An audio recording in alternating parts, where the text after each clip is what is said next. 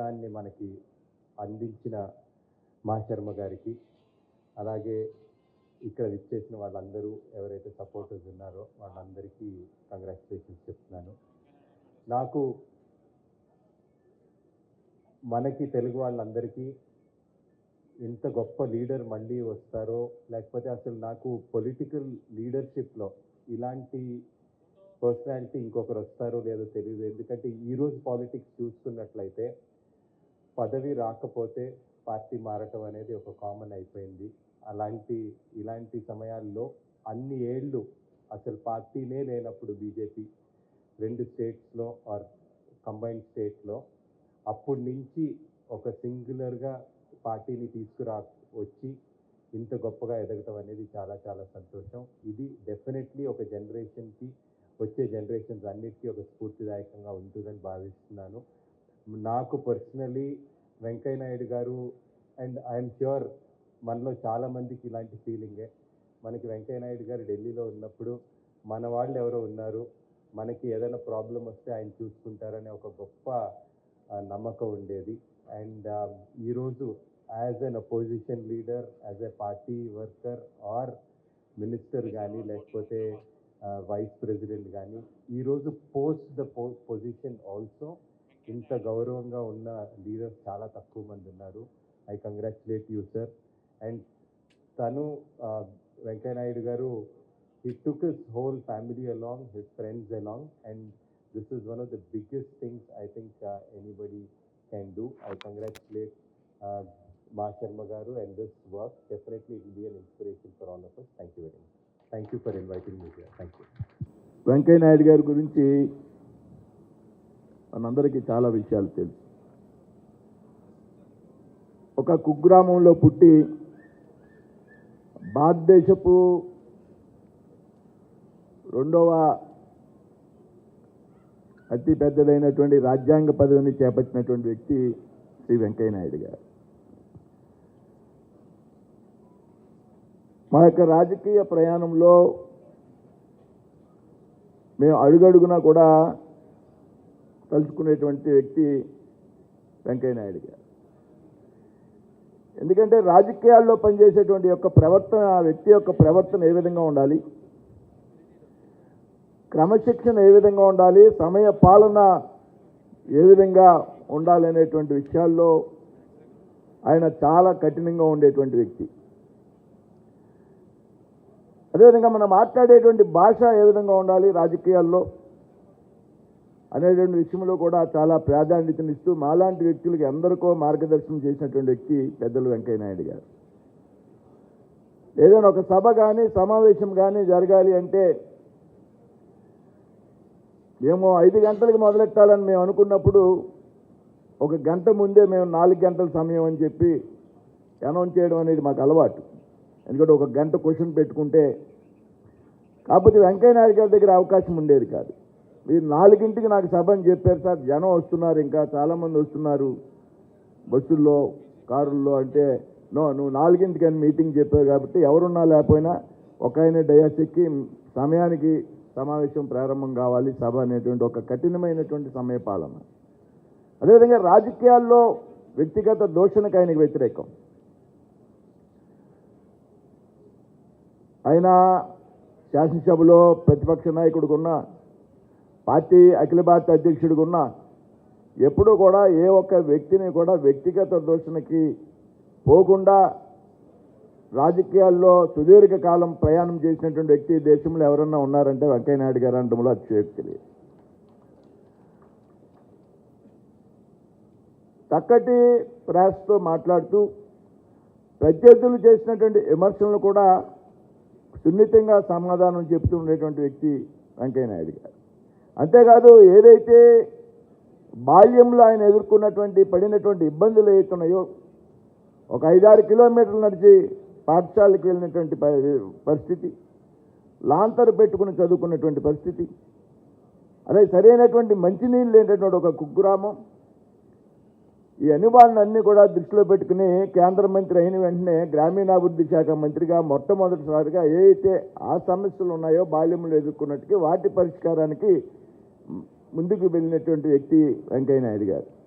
ఏదైతే పెద్ద ఎత్తున గ్రామాల్లో రహదారులు, గ్రామీణ సడక్ యోజన, ఏదైతే మంచినీటి పథకం, అదేవిధంగా పెద్ద ఎత్తున గ్రామాలని అభివృద్ధి చేయాలనేటువంటి ఆకాంక్షతో పనిచేసిన సందర్భం. అలాగే పట్టణాభివృద్ధి శాఖ మంత్రిగా ఉన్నటువంటి సందర్భంలో ఏదైతే పెద్ద ఎత్తున త్రాగునీటి సౌకర్యానికి అమృత పథకం ద్వారా, అదేవిధంగా పెద్ద ఎత్తున ఏదైతే పేదలకు, నిరుపేదలకు గృహ వసతి కల్పించాలనేటువంటి ఆలోచనతో కొన్ని కోట్ల గృహాలకు రూపకల్పన చేసి ఆ గృహాల నిర్మాణంలో ఒక అత్యాధునికమైనటువంటి టెక్నాలజీ, షేర్ వాన్ టెక్నాలజీని పరిచయం చేసిన వ్యక్తి వెంకయ్య నాయుడు గారు అనడంలో ఏమాత్రం కూడా అతిశయోక్తి లేదు. ఈ విధంగా ఏదైతే నిజ జీవితంలో ఎదుర్కొన్నటువంటి ఇబ్బందులు ఉన్నాయో వాటిని మంత్రిగా బాధ్యతలు స్వీకరించాక వాటిని కార్యరూపంలోకి తెచ్చినటువంటి వ్యక్తి పెద్దలు వెంకయ్య నాయుడు గారు అనేటువంటి విషయం. ఏదైతే ఎమర్జెన్సీ రోజుల్లో ఉద్యమంలోంచి ఉద్భవించినటువంటి ఒక వ్యక్తి వెంకయ్య నాయుడు గారు, ఉద్యమాల ఆధారంగా, పోరాటాల ఆధారంగా అలుపెరగని ప్రయాణాలు చేయడం ద్వారా, అలుపెరగని పోరాటాలు చేయడం ద్వారా రాజకీయాల్లో ఎటువంటి వారసత్వం లేకుండా ఎదిగినటువంటి వ్యక్తి వెంకయ్య నాయుడు గారు అనడంలో కూడా ఏమాత్రం కూడా సందేహం లేదనేటువంటి విషయాన్ని ఈ సందర్భంగా చెప్తూ ఉన్నా. ఇకపోతే మా అందరికీ కూడా ఇవాళ రాజకీయాల్లో మరి ఇవాళ కిషన్ రెడ్డి గారు కేంద్ర మంత్రిగా వేదిక మీద ఉన్నారు, సత్యకుమార్ రాష్ట్ర ఆరోగ్య శాఖ మంత్రిగా వేదిక మీద ఉన్నారు ఆంధ్రప్రదేశ్ రాష్ట్రానికి. అలాగే బండి సంజయ్ గారు ఇవాళ కేంద్రంలో మంత్రిగా ఉన్నారు, నేను శ్రీనివాస్ వర్మ కేంద్రంలో మంత్రిగా ఉన్నానంటే మీ అందరం కూడా ఏదైతే మా అందరి మార్గదర్శులు కూడా వెంకయ్య నాయుడు గారు అనడంలో ఏమాత్రం కూడా సందేహం లేదు.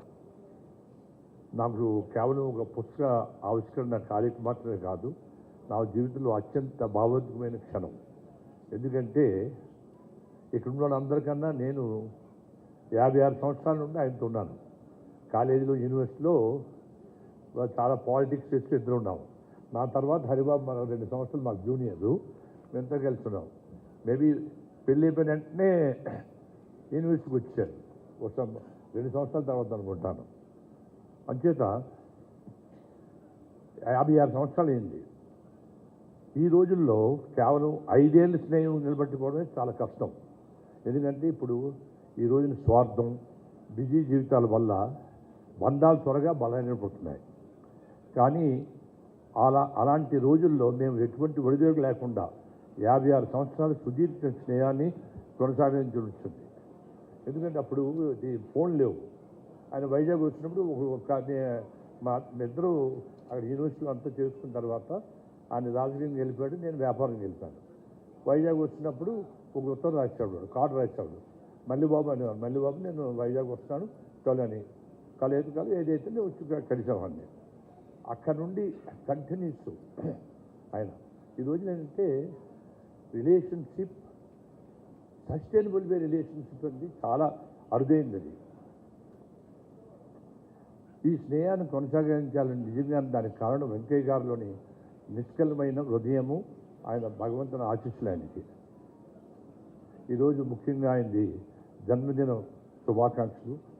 ఈ మీ తరఫున, నా తరఫున, నా ప్రీతం మిత్రుడికి హృదయపూర్వక జన్మదిన శుభాకాంక్షలు.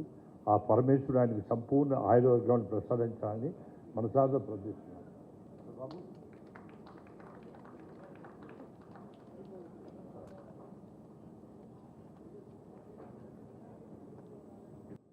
మమ్మల్ని అందరినీ చేయి పట్టుకొని వెన్ను తట్టి రాజకీయాలలో గత 46 సంవత్సరాలుగా మమ్మల్ని నడిపిస్తున్నటువంటి గౌరవ పెద్దలు, ఈనాటి కార్యక్రమానికి కారకులు, మరి మాకందరికీ ఎంతో స్ఫూర్తి ఇచ్చి ముందుకు నడిపించినటువంటి పెద్దలు వెంకయ్య నాయుడు గారు, అదేవిధంగా విషమ్మ గారు, మిగతా హరిబాబు గారు, ఒరిస్సా గవర్నర్, అదేవిధంగా త్రిపుర గవర్నర్ ఇంద్రసేన్ రెడ్డి గారు, పెద్దలు బండారు దత్తాత్రేయ గారు, వేదిక మీద ఉన్నటువంటి శ్రీనివాస్ వర్మ గారు, మల్లికార్జునరావు గారు, సత్యకుమార్ గారు, సతీష్ రెడ్డి గారు, గోపీచంద్ గారు, మా శర్మ గారు, అదేవిధంగా దీప, హర్ష, మిగతా కుటుంబ సభ్యులందరికీ, ఇక్కడ వచ్చినటువంటి అనేక మంది ప్రముఖులు, సత్య గారు చెప్పినట్టు అనేక రంగాలలో నిష్ణాతులైనటువంటి వాళ్ళందరూ కూడా ఈ కార్యక్రమానికి వచ్చారు. వాళ్ళందరికీ పేరు పేరున నా తరఫున హృదయపూర్వకమైనటువంటి కృతజ్ఞతలు.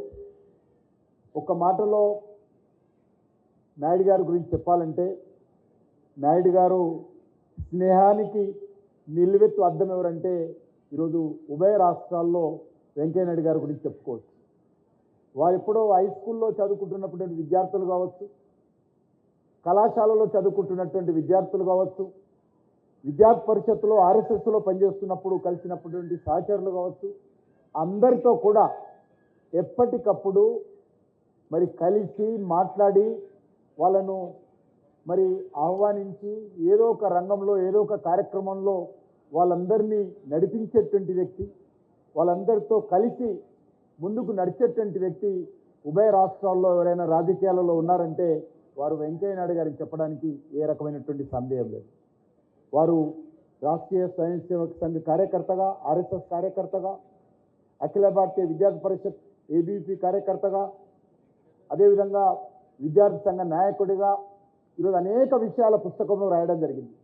వారు ఆంధ్ర యూనివర్సిటీకి అధ్యక్షులుగా ఉన్నప్పుడు కానీ, విఆర్ కాలేజీకి సంబంధించినటువంటి అధ్యక్షులుగా ఉన్నప్పుడు కానీ, లేకపోతే జనసంఘ్ కానీ, తర్వాత వచ్చినటువంటి భారతీయ జనతా పార్టీ కానీ అనేక రకాల బాధ్యతలు, ఏ బాధ్యత తీసుకున్నా, ఏ కార్యక్రమం తీసుకున్నా దానికి వన్నె తెచ్చినటువంటి మహానుభావుడు వెంకయ్యనాయుడు గారు. అది బీజేపీ రాష్ట్ర అధ్యక్షుడు కావచ్చు, బీజేపీ జాతీయ అధ్యక్షుడు కావచ్చు, కేంద్ర మంత్రి కావచ్చు, ఉపరాష్ట్రపతి కావచ్చు, రాజ్యసభకు చైర్మన్ కావచ్చు, ఏ కార్యక్రమం తీసుకున్నా తనకంటూ ప్రత్యేకతను చూపించి ఇది వెంకయ్యనాయుడు గారు, ఇది బాధ్యత అనేటువంటి చూపించినటువంటి గొప్ప మరి ఈరోజు మనకు మార్గదర్శకంగా ఉన్నటువంటి వ్యక్తి వెంకయ్యనాయుడు గారని ఈ సందర్భంగా మనవేస్తా ఉన్నాను. మనకు ఈరోజు అసెంబ్లీలో, తెలంగాణ అసెంబ్లీలో కానీ పార్లమెంట్లో కానీ వారు ప్రతిపక్షంలో ఉన్నప్పుడు మాట్లాడినటువంటి ఉపన్యాసాలు కానీ అవి వింటే కానీ ఈనాటి తరం యువ రాజకీయాల్లో రావాలనుకున్న వాళ్ళు, రాజకీయాల్లో పనిచేస్తున్నటువంటి వాళ్లకు అదొక స్ఫూర్తిగా ఉంటుంది. వారు చెన్నారెడ్డి గారు ముఖ్యమంత్రిగా ఉన్నప్పుడు కావచ్చు, టి అంజయ్ గారు ముఖ్యమంత్రిగా ఉన్నప్పుడు కావచ్చు, ఇంకా అనేక మంది ఉన్నప్పుడు వారి ప్రతిపక్ష నాయకుడిగా అసెంబ్లీలో వారు వేయించినటువంటి తీరు నిజంగా ఈ తరంలో ఉన్నటువంటి ఎమ్మెల్యేలందరూ కూడా వినాలి, చదవాలి. వారు ఎంత కఠినంగా మాట్లాడేవారంటే భాష మీద కంట్రోల్ ఉండేది. ఈరోజు భాష మీద కంట్రోల్ ఉండదు. అసెంబ్లీలో మాట్లాడినా, బయట మాట్లాడినా రాజకీయ నాయకులంటే ఏ రకంగా ఈరోజు మరి దిగజారి మాట్లాడుతున్నారో మరి వాళ్ళందరూ కూడా ఒక్కసారి వెంకయ్యనాయుడు గారు ఉపన్యాసాలు వింటే వాళ్ళకి అర్థమవుతుంది. ముఖ్యంగా మన ఉభయ రాష్ట్రాలలో రాజకీయాలంటే గౌరవం తగ్గే విధంగా వ్యవహరిస్తూ ఉన్నారు. ఈ పరిస్థితుల్లో వెంకయ్యనాయుడు గారి యొక్క ఉపన్యాసాలు అందరూ వినాల్సినటువంటి అవసరం ఉంది. ఆ రకంగా వారిని స్ఫూర్తి తీసుకొని మనం పనిచేయాల్సిన అవసరం ఉంది. ఎందుకంటే రాజకీయాలు ఎప్పటికైనా ఉంటాయి. ఈ దేశంలో ప్రజాస్వామ్యం ఉన్నన్ని రోజులు, డెమోక్రసీ ఉన్నన్ని రోజులు, ఈరోజు ఓటు హక్కు ఉన్నన్ని రోజులు రాజకీయాలు ఉంటాయి. ఈ రాష్ట్రాన్ని కానీ దేశాన్ని కానీ నడిపించాల్సింది, చట్టాలు చేయాల్సింది రాజకీయ నాయకులే. వాళ్ళ యొక్క ప్రవర్తన కూడా బాగుంటేనే కానీ భావితరాలకు లాభం చేకూరుతుంది. అలాంటి వాళ్ళందరికీ కూడా నాయుడు గారు ఆదర్శంగా ఉండాల్సినటువంటి, నాయుడు గారిని ఆదర్శంగా తీసుకోవాల్సినటువంటి విషయం ఉందని ఈ సందర్భంగా మనం చేస్తున్నాను. ముఖ్యంగా వెంకయ్యనాయుడు గారి గురించి సమయం తక్కువ ఉంది కాబట్టి వాళ్ళు పల్లెలను ప్రేమిస్తారు, వారు గ్రామాలను ప్రేమిస్తారు, వ్యవసాయ రంగాన్ని మరి గౌరవించేటువంటి వ్యక్తిత్వం ఉన్నటువంటి వారు. వారు పదే పదే చెప్తుంటారు, అటల్ బిహారీ వాజ్పేయి గారు ప్రధానమంత్రి అయినప్పుడు మరి ఇంకా బాధ్యతలు ప్రమాణ స్వీకారం చేసిన తర్వాత, అంతకుముందు మంత్రి అవుతారో తెలియదు, ప్రమాణ స్వీకారం అయినాకనే తెలుస్తుంది. ఆ సమయం అయిన తర్వాత వాజ్పేయి గారిని కలిసి నాకు గ్రామీణ ప్రాంతాలకు సంబంధించినటువంటి ఏదైనా బాధ్యత ఇస్తే బాగుంటుంది నేను అడిగానని చెప్పి 10 సార్లు చెప్తున్నారు. ఎందుకంటే వారికి గ్రామాలన్నా, వ్యవసాయ రంగమన్నా, గ్రామీణ ప్రజలన్నా, రైతులన్నా విశేషమైనటువంటి మరి అభిమానము వారికి ఉంటుంది. కాబట్టి ఆ రకంగా గ్రామీణ ప్రాంతాల అభివృద్ధి కోసం పనిచేశారు. అంతేకాకుండా వారు ఉపరాష్ట్రపతిగా మరి రాజ్యసభలో ఏ రకంగా వివరించారో మనకందరికీ తెలుసు. అద్భుతంగా అన్ని రాజకీయ పార్టీలను కలుపుకొని, అది ప్రతిపక్షమైనా మరి అధికార పక్షమైనా ఏ మాత్రం వివక్షత చూపకుండా అందరినీ కలుపుకొని మన యొక్క రాజ్యసభ చైర్మన్గా అద్భుతంగా వివరించిన విషయాన్ని కూడా ఈరోజు మనం చేస్తూ ఉన్నాను. ముఖ్యంగా కొంతమందికి పదవులతో గౌరవం పెరుగుతుంది, కానీ కొంతమందితో ఆ పదవులకు గౌరవం పెరుగుతుంది. కాబట్టి అందులో వెంకయ్య నాయుడు గారితో ఏ పదవిలో ఉన్నా, అది భారతీయ జనతా పార్టీ బాధ్యతలు కావచ్చు, శాసనసభ్యుడిగా కావచ్చు, రాజ్యసభ సభ్యుడిగా కావచ్చు, బీజేపీ జాతీయ అధ్యక్షుడిగా కావచ్చు, కేంద్ర మంత్రిగా కావచ్చు, లేకపోతే మరి రాజ్యసభ చైర్మన్ కావచ్చు, దేశానికి అత్యున్నతమైనటువంటి ఉపరాష్ట్రపతి తర్వాత అతిపెద్ద రాజ్యాంగబద్ధమైనటువంటి ఉపరాష్ట్రపతి అయినా సరే అన్నిటికి కూడా వన్నె తెచ్చినటువంటి వ్యక్తి. కొంతమందికి పదవులు ఎంతమంది చెప్పినట్టు పదవులతో గౌరవం పెరుగుతుంది, కానీ పదవులకే గౌరవం పెంచినటువంటి వ్యక్తి వెంకయ్య నాయుడు గారని ఈ సందర్భంగా మనం చేస్తున్నాం. అదే కాకుండా ఈరోజు వారు టైం మేనేజ్మెంట్ ఒక్కొక్క రోజు 3 రాష్ట్రాలు తిరిగినటువంటి సందర్భాలు ఉన్నాయి, ఒక్కొక్క రోజు 3-4 జిల్లాలు తిరిగినటువంటి సందర్భాలు ఉన్నాయి. ఆ రక టైం మేనేజ్మెంట్లో ఎప్పుడు మేము బాధపడుతుంటాం. ఈరోజు నేను కేంద్ర మంత్రిగా ఉన్నప్పటికీ కూడా టైం మేనేజ్మెంట్లో వెంకయ్య నాయుడు గారిని ఎప్పుడూ ఆదర్శంగా తీసుకొని ప్రయత్నం చేస్తుంటాను. కానీ 77వ జన్మదినోత్సవ సందర్భంగా మా శర్మ గారు రచించినటువంటి వెంకయ్య నాయక అని రాశారు. అంటే వెంకయ్య నాయుడు అనే దానికన్నా ఆ పుస్తకాన్ని వెంకయ్య నాయక అని రాయడము అది నిజంగా చాలా నామసార్థకమని నేను ఈ సభాముఖంగా తెలియజేస్తాను. అలాగే ఆయన రాసిన దాంట్లో ఉదయగిరి నుంచి ఉపరాష్ట్రపతి వరకు ఆయన ప్రయాణం కొనసాగినటువంటి తీరు ఈ పుస్తకంలో చాలా విషయాలు ప్రస్తావించారు. కానీ నేను నాయుడు గారితో సుమారుగా 50 సంవత్సరాల పాటు వారితో కలిసిమెలిసి ఉన్నాను. ఈ 50 సంవత్సరాల్లో ఆయన రాష్ట్ర దేశ రాజకీయాల్లో మత్సలేనటువంటి రాజకీయ నాయకుడు వెంకయ్య నాయుడు గారిని నేను మీకు సభాముఖంగా తెలియజేస్తాను. 50 సంవత్సరాల ప్రజా జీవితంలో ఏ రకమైన మచ్చ లేకుండా ఒక సామాన్యమైనటువంటి కార్యకర్తగా నెల్లూరులో భారతీయ జనసంఘ యొక్క నినాదాలు రాస్తూ అదే కార్యకర్త అదే పార్టీకి భారతీయ జనతా పార్టీకి అటల్ బిహారీ వాజ్పేయి వస్తే ఆయన బహిరంగ సభకు అనౌన్స్మెంట్ చేసినటువంటి సామాన్యమైన కార్యకర్తగా ఉండి ఢిల్లీలో అటల్ బిహారీ వాజ్పేయి అడ్వాణి గారి మధ్యలో భారతీయ జనతా పార్టీ అధ్యక్షుడు కావడం మనందరికీ గర్వకారణమని నేను మీకు సభాముఖంగా చేస్తాను. ఒక మహోన్నతమైనటువంటి వ్యక్తిత్వం. అంటే దక్షిణ భారతదేశం నుంచి ఢిల్లీకి వెళ్ళి 25 సంవత్సరాలు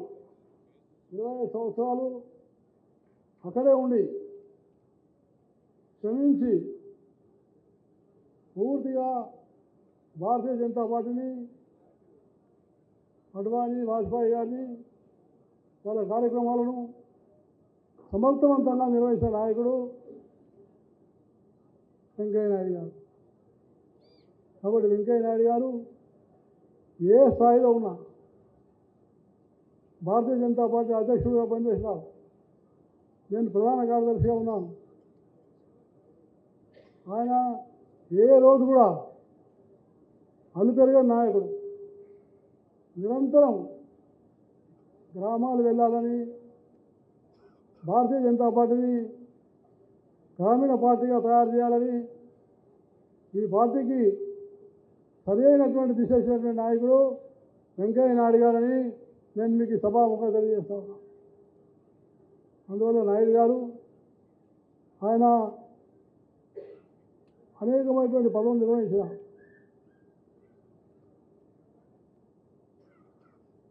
వాజ్పేయి ప్రభుత్వంలో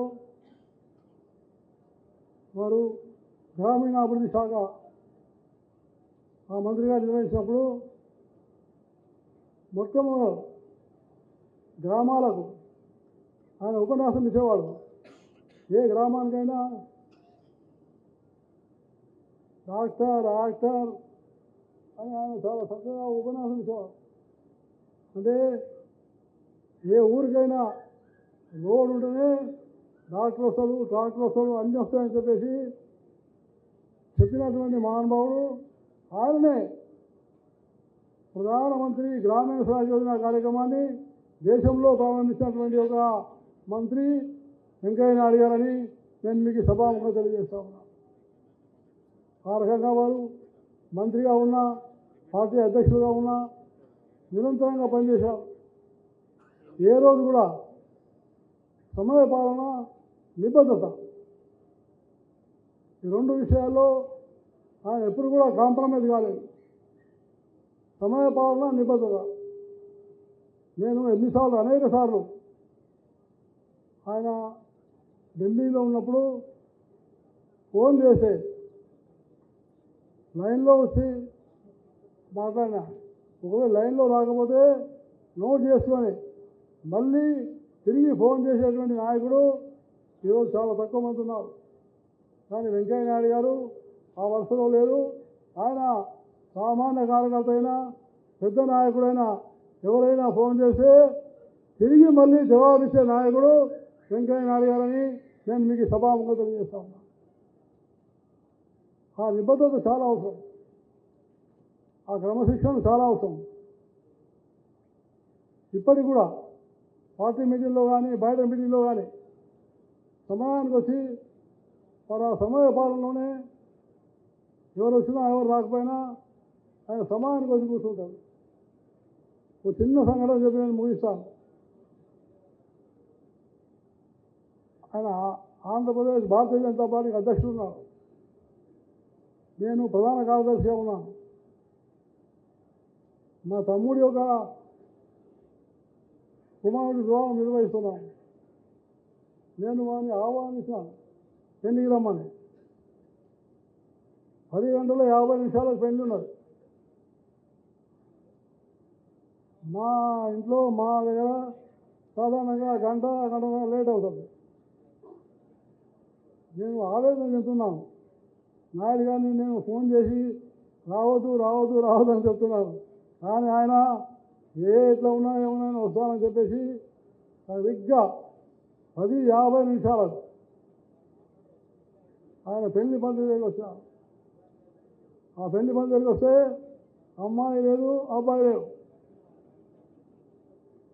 అప్పుడు అబ్బాయి గుడిలో ఉంటే నాయుడు గారు గుడికి వచ్చి ఆ అబ్బాయిని ఆశీర్వదించి వెళ్తే మా ఇంట్లో వాళ్ళందరూ కూడా గవర్నర్గా మాట్లాడటానికి రాలేదు. వెంకయ్య నాయుడు గారితో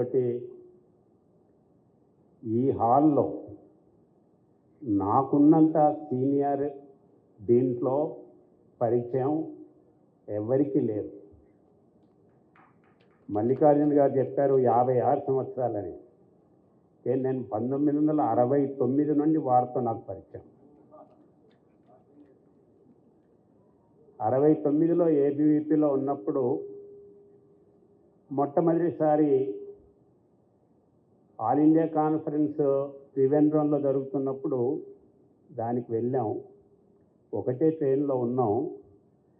అక్కడికి వెళ్ళినప్పుడు ఆ ట్రైన్ మీద అక్కడ ఉన్నటువంటి కమ్యూనిస్ట్ వాళ్ళందరూ రాళ్లతో అటాక్ చేస్తే అక్కడ నుండి కలిసి పోయినటువంటి ఆ సందర్భం ఇప్పటికీ నాకు గుర్తుంది.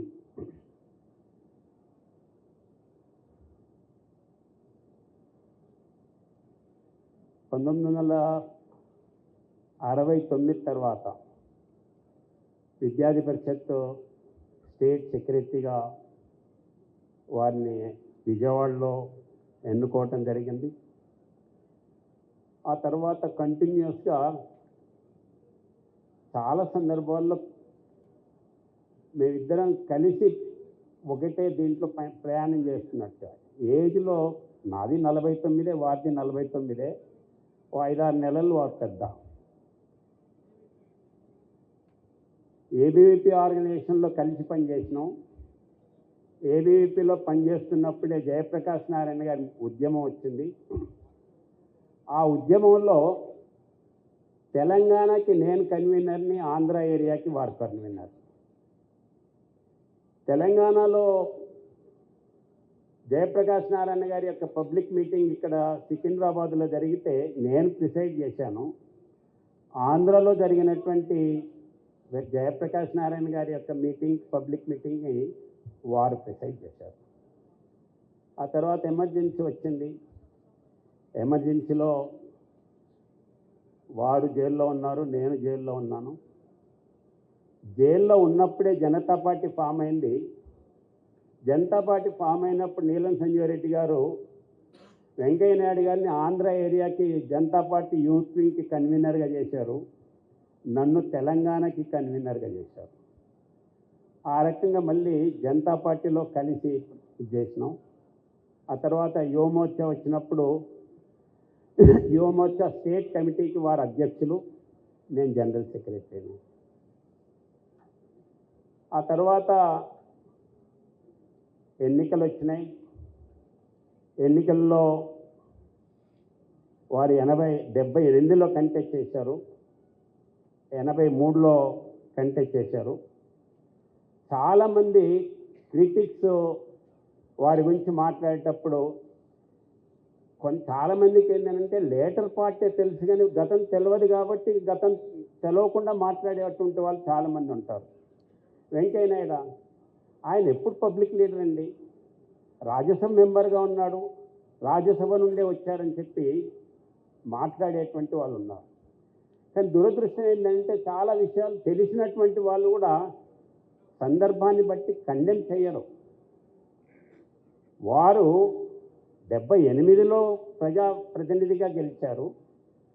83లో ఏ పార్టీతో సంబంధం లేకుండా, పొత్తు లేకుండా గెలిచినటువంటి వారిలో వారొకరు. ఆ సందర్భంలో ఆ 83లో గెలిచినటువంటి వాళ్ళల్లో నేను కూడా ఉన్నాను, నాకు సీనియర్ వారు. అసెంబ్లీలో చాలా వరకు సత్యానికి దగ్గరగా వాస్తవాన్ని విస్మరించకుండా అక్కడెక్కడ కొద్దిగా అతిశయోక్తులు ఉపయోగించాడేమో కానీ అసత్యాలను ఎక్కడ పేర్కొన్నట్టుగా నాకు అనిపించలేదు. ఒక మంచి పుస్తకం రాసిన మాస్టర్ నేను మన అందరి తరఫున హృదయపూర్వకంగా వ్యక్తిగతంగా వారిని అభినందిస్తున్నాను. మంచి రచన కౌశల్యం ఉంది ఆయనకి, వాక్ పటిమ ఉంది, విషయ పరిజ్ఞానం కూడా ఉంది, దాంతోపాటు పరంపరగా వచ్చినటువంటి సంస్కారం కూడా ఉంది. మంచి మిత్రుడిగా ఆయన ముందుకు వచ్చి పుస్తకం రాశారు, ఆయనకు ధన్యవాదాలు. నేను జీవితంలో ఒక 3-4 విషయాలు చిన్న చెప్పి ముగిస్తాను, ఎందుకంటే జీవితాన్ని గురించి మాట్లాడాలంటే చాలా టైం పడుతుంది. ఒకటి, నేను చిన్నప్పుడు నెల్లూరులో గోడల మీద రాసేవాడిని పార్టీ గురించి. రాయడానికి బ్రష్ ఉండేది కాదు, తాటి మట్టలు, ఆ తాటి బద్ద దాన్ని కొట్టి దాని అంచు అంతా కూడా బాగా గట్టి రోకలతో దంచి దాన్ని మెత్తపరిచి దాన్నే బ్రష్గా చేసుకొని గోడ మీద రాసేవాడిని. ఒకరోజు సాయంత్రం 2వ సినిమా వదిలిపెట్టారు, నేను గోడ మీద రాస్తూ ఉన్నాను. వెనక నుంచి 2 అమ్మాయిలు మాడుకుంటున్నారు. ఏమని, ఒక అమ్మాయి అంటుంది, చూడు మన ప్రెసిడెంట్, కాలేజీ ప్రెసిడెంట్ ఆ గోడ మీద రాస్తున్నాడని. 2 అమ్మాయి, పిచ్చానికి ఆమె చేదస్తావా, మన ప్రెసిడెంట్ ఏంది గోడ మీద రాయడం ఏంది అని ఇద్దరు వాదించుకున్నారు. వాదించుకున్న తర్వాత వాళ్ళు కూల్ డ్రింక్ పోటీ పెట్టుకున్నారు. నేను చెప్పేది కరెక్ట్ అయితే నువ్వు నా కూల్ డ్రింక్ ఇవ్వు, నువ్వు చెప్పేది కరెక్ట్ అయితే నేను నీ కూల్ డ్రింక్ ఇస్తాను పందెం పెట్టుకున్నారు. వెనక పందెం పెట్టుకొని మాడుతున్నారు. దగ్గరికి వచ్చారు వెనక్కి. నేను ఇటు తిరిగాను. తిరిగితే అమ్మాయి, సార్ నా కూల్ డ్రింక్ బాయిల్ కాదు సార్ అన్న. ఎందుకంటే కాలేజీ ప్రెసిడెంట్గా ఉన్న వ్యక్తి గోడల మీద రాస్తాడని ఆయన అనుకోవాలి. నేను చిన్నప్పుడు గోడల మీద రాశాను. తాంగాలో ఎడ్ల బండిలో, గుర్ర బండి కూడా కాదు, ఒంటెద్దు బండి ఉండేది ఆ రోజుల్లో. ఆ బండిలో కూర్చొని ఆటో పెట్టుకునేంత పరిస్థితి కూడా లేదు పార్టీకి అప్పుడు. దాంట్లో కూర్చొని అనౌన్స్మెంట్ చేసేవాడిని. ఈరోజు సాయంత్రం 6:30 గంటలకు కోపట్టు మైదానంలో బహిరంగ సభ ఉంది, తరుణ హృదయ సామ్రాట్ శ్రీ అటల్ బిహారీ వాజ్పేయి గారు వస్తున్నారు, అందరూ దయచేయండి ఆ మీటింగ్ అని. అలా ఆయన మీటింగ్ గురించి మాట్లాడి మైక్లో చెప్పిన వ్యక్తి, ఆ పార్టీ గురించి గోడల మీద రాసిన వ్యక్తి, తన జీవిత కాలంలోనే అదే పార్టీకి, అధికార పార్టీకి, అటల్ బిహారీ వాజ్పేయి గారు ప్రధానమంత్రిగా, అద్వానీ గారు ఉప ప్రధానమంత్రిగా ఉంటే వాళ్ళ మధ్యలో కూర్చొని అధ్యక్షత వహించేట అవకాశం నాకు లభించింది. ఇది నేను ఎప్పుడు జీవితంలో దాన్ని మర్చిపోలేను. దాని వెనకున్న సత్యం ఏంటంటే కొత్త తరం తెలుసుకోవాల్సింది కష్టపడి పనిచేయడం, క్రమశిక్షణతో వ్యవహరించడం, ఒక నియమానికి సిద్ధాంతానికి కట్టుబడి ఉండడం. నేను పార్టీలో చేరిన మొదట్లో చేస్తాను మొదట మా మామ ఆన వెంకటరెడ్డి గారిని పెద్ద నాయకుడు ఉన్నాడు, ఇప్పుడు ఈ రామనారాయణ గారి నాన్న, ఆయన దగ్గర తీసుకెళ్ళాడు. మావాడు ఏదో పార్టీలో చేస్తాడని. ఏం పార్టీలో అని అడిగాడు ఆయన. అయితే పార్టీలు కాదు, నాకు వాజ్పేయి గారిని చాలా ఇష్టం, అందుకని అదే జనసంఘ నమ్ముకున్నాను. ఒరే అది ఉత్తరాది పార్టీరా అన్నాడు, గమ్ముకున్నా. అది టౌన్ల పార్టీరా అన్నాడు, గమ్ముకున్నా. అది చదువుకున్న వాళ్ళ పార్టీరా, ఈ దేశంలో ఎక్కువ మంది చదువు రాదు, అది గెలవదు ఎప్పుడు అన్నాడు. ఆఖరాన అది కోమటోళ్ళు వ్యాపారాల పార్టీరా అన్నాడు. అని అక్కడ మాంసాహారం తినడానికి లేదురా, మనం రైతులు మాంసాహారం తినకుండా ఎట్లుంటావు నువ్వు అన్నాడు. నేను మొదట 4 మాటలు జాగ్రత్తగా విన్నాను, ఆఖరి మాట చెబితే గుడ్డు జల్లు మందు నైనా తినకూడదు కావాలని. తర్వాత పోయి ఆర్ఎస్ఎస్ ప్రచారకు ఉంటే ఆయన అడిగితే అదేమి లేదు, మనం వచ్చేది మన సమావేశాలు ఎందుకు పెట్టామంటే మనం వచ్చేది మీటింగ్ కానీ ఈటింగ్ కాదు, అందుకని 2 రకాలు తయారు చేయడం ఇది కష్టం కదా అనవసరంగా, అందుకే ఒక రకం పెడతాం. ఇంటికాడ కావాలంటే నువ్వు ఏదన్నా తిను, నన్ను కూడా పిలువు, నేను కూడా నీతో కలిసి తినడానికి కావాలంటే అని చెప్పాడు. నాకు అదొక అనుభవం. రెండవది పార్టీలో ఇందాక చెప్పారు కదా హరిబాబు గారు, ఆత్మకూరులో ఓడిపోయానని. నేను ఉదయగిరిలో 2 సార్లు ఎమ్మెల్యేగా ఉన్నా. ఒకసారి ఎలక్షన్లో మొదటిసారి గెలిచాను, రెండోసారి ఎలక్షన్లో తెలుగుదేశం ఉధృతంగా ఉంది. ఉధృతం అంటే అసలు జంజామారుతంగా ఉంది. నాకు చెంచురామయ్య గారని దగ్గుబాటి వెంకటేశ్వరరావు నాన్న వచ్చి చెప్పాడు, రామారావు గారు ప్రోగ్రాం చూసుకున్నాడు, ఆయన టూర్ మొదలైంది, ఎక్కడ పట్టిన జనం ఇళ్ళ మీద, చెట్ల మీద, బస్సుల మీద, లారీల మీద కిటకిటలాడుతూ వస్తున్నారు, ఆయన ప్రోగ్రాం చూసుకుంటే ఆయనకి ఆత్మకూరు నుంచి కావలి పోవాలి. ఆయన మధ్యలో వింజమూరు అని ఉంది, ఈ వింజమూరు ఉదయగిరిలో ఉందని ఆయన తెలవదట.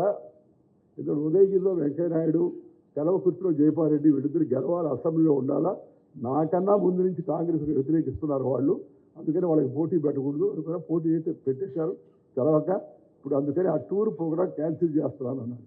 నేను ఆ చంద్రరావు గారిని బతినాడా, అయ్యా దయచేసి నా మాటగా రామారావు గారికి చెప్పండి, తప్పనిసరిగా రమ్మనండి, ఆయన్ని మీటింగ్ పెట్టమనండి అన్న.